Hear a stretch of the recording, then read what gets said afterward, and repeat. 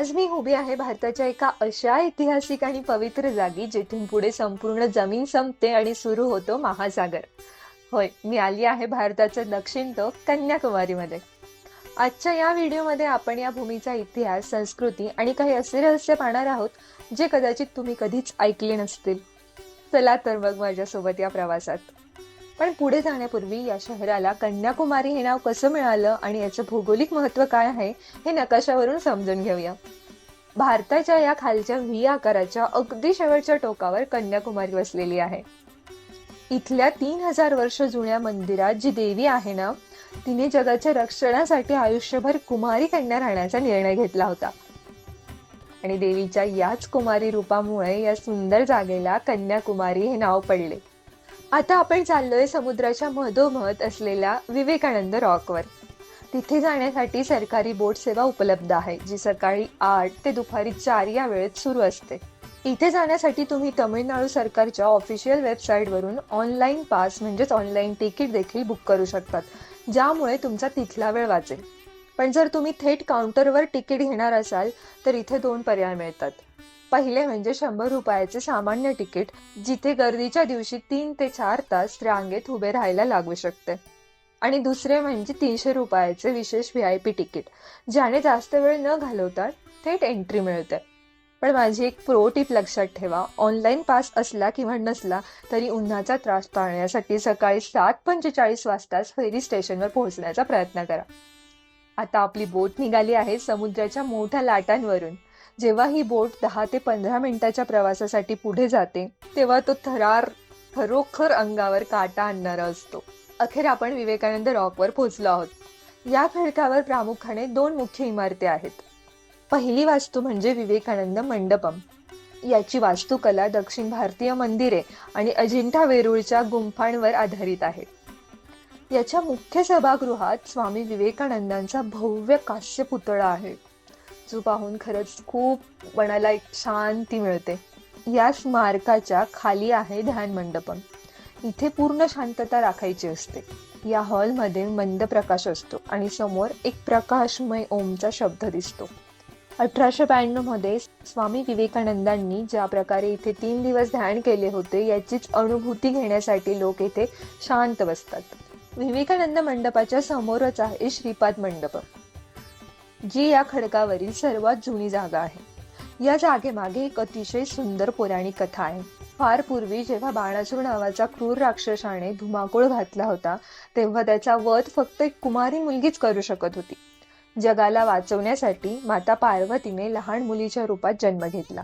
ती मोठी झाल्यावर तिने भगवान शिवांशी लग्न करायचं ठरवलं. त्यासाठी ती समुद्रातल्या याच बेटावर गेली आणि एका पायावर उभे राहून तिने खूप कठीण तपस्या केली होती. आज या मंदिराच्या आत देवीच्या त्याच एका पायाचे पाऊलखुण म्हणजेच कुमारी देवीचे पाऊल जतन करून ठेवलेले पाहायला मिळते.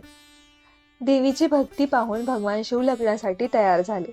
शिवरात्रीचे मध्यरात्री लग्न ठरलं. शिवजी कैलासावरून वरात घेऊन निघाले, पण देवांना काळजी वाटू लागली, कारण लग्न झालं तर देवी कुमारी राहणार नव्हती आणि बाणासूर कधीच मरणार नव्हता. म्हणून देवश्री नारदांनी एक युक्ती केली. लग्न घटिका जवळ आलेली असताना त्यांनी एका कोंबड्याचं रूप घेतलं आणि मध्यरात्री जोरात कोंबडा ओरडला. शिवजींना वाटलं की सकाळ झाली आणि लग्नाचा मुहूर्त टळला, म्हणून ते वाटेतूनच परत गेले. लग्न न झाल्यामुळे देवीने आयुष्यभर कुमारी राहण्याचा निर्णय घेतला. विवेकानंद रॉकच्या अगदी शेजारी समुद्रात तमिळ संत थिरुवल्लुवर यांचा 133 फूट उंच भव्य पुतळा आहे. आधी इथे जाण्यासाठी वेगळी बोट घ्यावी लागायची, पण आता तमिळनाडू सरकारने दोघी बेटांना जोडणारा समुद्रावरील पारदर्शक काचेचा पूल सुरू केला आहे. यावरून चालताना खाली उसळणारा समुद्र स्पष्ट दिसतो. हा अनुभव एकदम थ्रिलिंग आहे बरं का.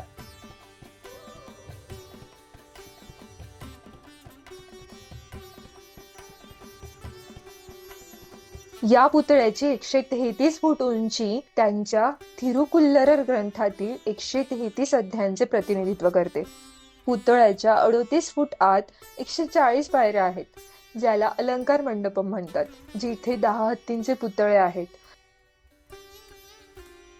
वर पाहिल्यास पुतळ्याच्या उजव्या हातांची 3 बोटे आकाशाकडे दिसतात, जी ग्रंथातील मुख्य विचार धर्म, अर्थ आणि काम दर्शवतात. बेटावरून मुख्य भूमीवर आल्यानंतर मी आले 3000 वर्षापेक्षा जास्त जुन्या ऐतिहासिक भगवती अमन मंदिरात. हे भारतातील 51 शक्तिपीठांपैकी एक आहे. मगाशी आपण जी पौराणिक कथा ऐकली त्यानुसार बाणासुराचा वध केल्यानंतर कुमारी माता याच मंदिरात ग्रेनाइटच्या मूर्ती रूपात विराजमान झाली. या मंदिराची एक खूप मोठी आणि रंजक फॅक्ट म्हणजे देवीच्या नाकामध्ये एक अतिशय भव्य आणि दिव्य हिऱ्यांची नथ आहे.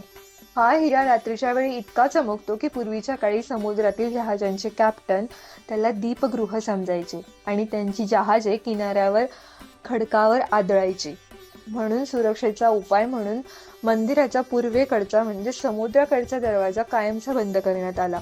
दिवसभर फिरून झाल्यानंतर रात्री 9 वाजता भगवती अम्मन मंदिराजवळ जे काही घडलं त्याने माझ्या अंगावर काटा आणला. तिथे वार्षिक वैसाखी विसाकम उत्सवानिमित्त देवीची भव्य मिरवणूक निघाली होती. जेव्हा माझी नजर या मुख्य रथावर गेली ना, तेव्हा मी तर पाहतच राहिली. देवीच्या मूर्तीला ताज्या आणि सुवासिक फुलांनी इतकं सुंदर सजवलं होतं की तिचं ते रूप मनाला भुरळ पाडत होतं. आणि या मिरवणुकीत सगळ्यात थक्क करणारी गोष्ट म्हणजे देवीच्या अगदी पुढे काही लोक हातामध्ये पेटत्या आगीच्या काठ्या घेऊन फिरवत होते. याला इथली पारंपरिक युद्धकला सिलंबम म्हणतात. वाईट शक्तींचा नाश करण्यासाठी आणि देवीच्या स्वागतासाठी ह्या मशाली फिरवण्याची परंपरा आहे. रात्रीच्या अंधारात आगीची ती गोल वर्तुळं, फुलांची सजावट, हा नजराणा अप्रतिम होता.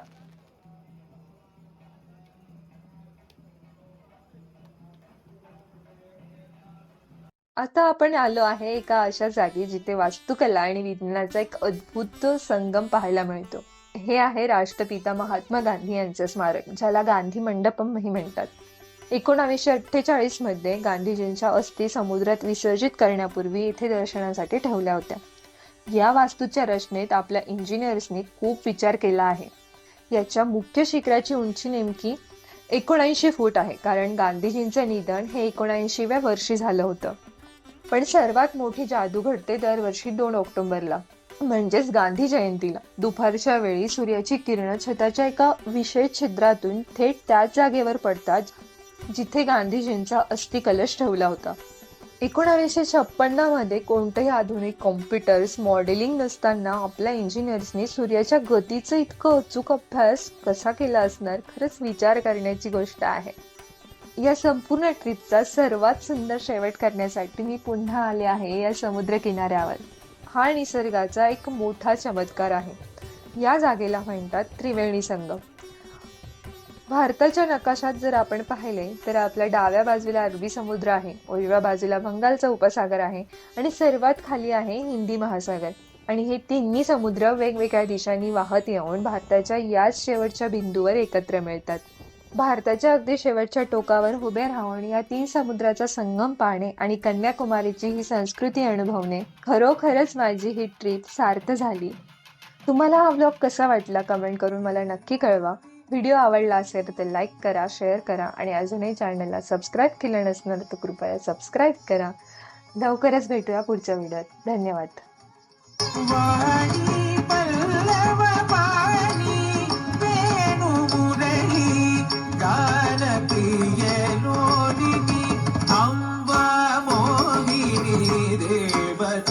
त्रिभुवन